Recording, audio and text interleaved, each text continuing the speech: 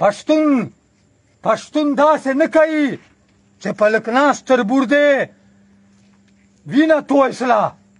او ته خان او ملا یا بل سره ایغلوري ولاړې تربور خرابیا لعنت دې شه په دغې پښتو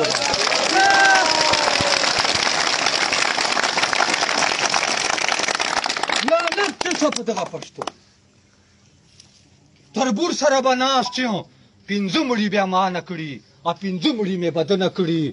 ډېر عزتونه مو به سره خراب کړي مځکې مو به سره نیولي خو چې څه مال د 5 ګونی میدان راشي په یغ میدان به ما دا کیسه نه وي ورسره چې میدان نه چې کېږم کور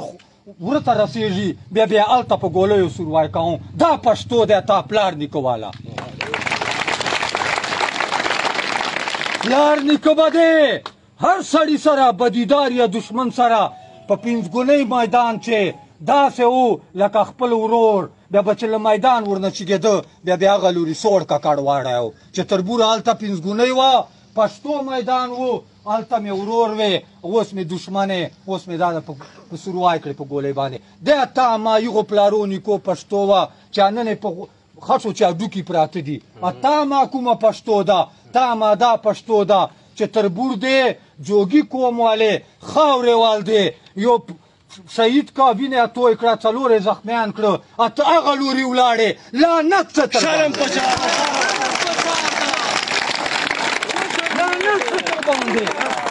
په دغه پارټۍ دې لعنت څه په دغه ډلې دې لعنت څه په دغه سیاست دې لعنت څه په دغه هر څه دې لعنت اخري دوه ټکي کوم خبرې ډېرې وې ځکه ما مشان منځباده کیسې کولې نه اوبه نه څښه زه چې 3 ګنټې لګیا یم اوبه نه څښم اخري خبره درته کوم چې چینو مروت قوم ته وایم اوس جوګي چې ولاړ یو چینو سره من چې خدای کتاب الله 10 سپارې قرآن مجید من چې چېږدو چې تر برګېنت قومیت 5 ګونی دا مو به جلایي او سیاست ډله پارټۍ مو به جلایي دا فیصله وکړو که دا فیصله مو نه وکړه جوګي قومه نن دغه شهید د وینې توی ده سبا به ته شهیدې نن دی بېعزته ده سبا به ته اول خو پښتون وایي دې ته چې ته یې فلک ناز وال عزت خپل نه ګڼې فلک ناز واله پښتو غیرت خپله نه ګڼې او په اسلام آباد چې یو غدار هغه سره ولاړې زه بیا وایم چې په دغې پښتو دې 100 وار لعنت ارچک شله کې مروت خلکو و مروت کومه و جوګي کومه ارچک سه په قرآن دې باور سته که نه په 10 سپارې دې عقیده سته که نه ورسره په چینه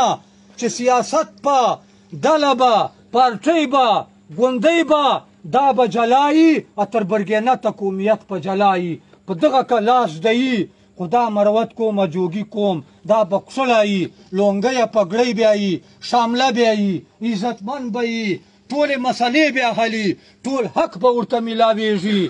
که چیرې د داسې نه وکړو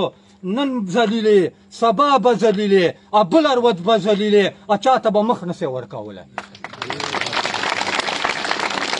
اخري کې موږ یو اعلان وارو داسې من فیکټرۍ ما په خاورې ده وارو دا د مروت په خاورې ده چې څر سره سلی دي وسلل چې څه سلی دي سلی دي داسې نه چې عامې ویر دي منظور پښتون غوندې به حساب هغه تر سره کوم خو چې ما ته په لاس څه شی راشي موږ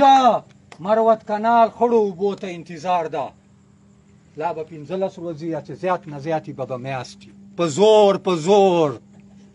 زور چې دا خړې اوبه موږ روباسو جوګي قومه طریقه به سردیګانې سي سردیګانې دا مجاهدین به دلته دې فیکټرۍ په ګیټ ناست دي لا مو به تر دې سینې ګولۍ باسي الله به حق راکوي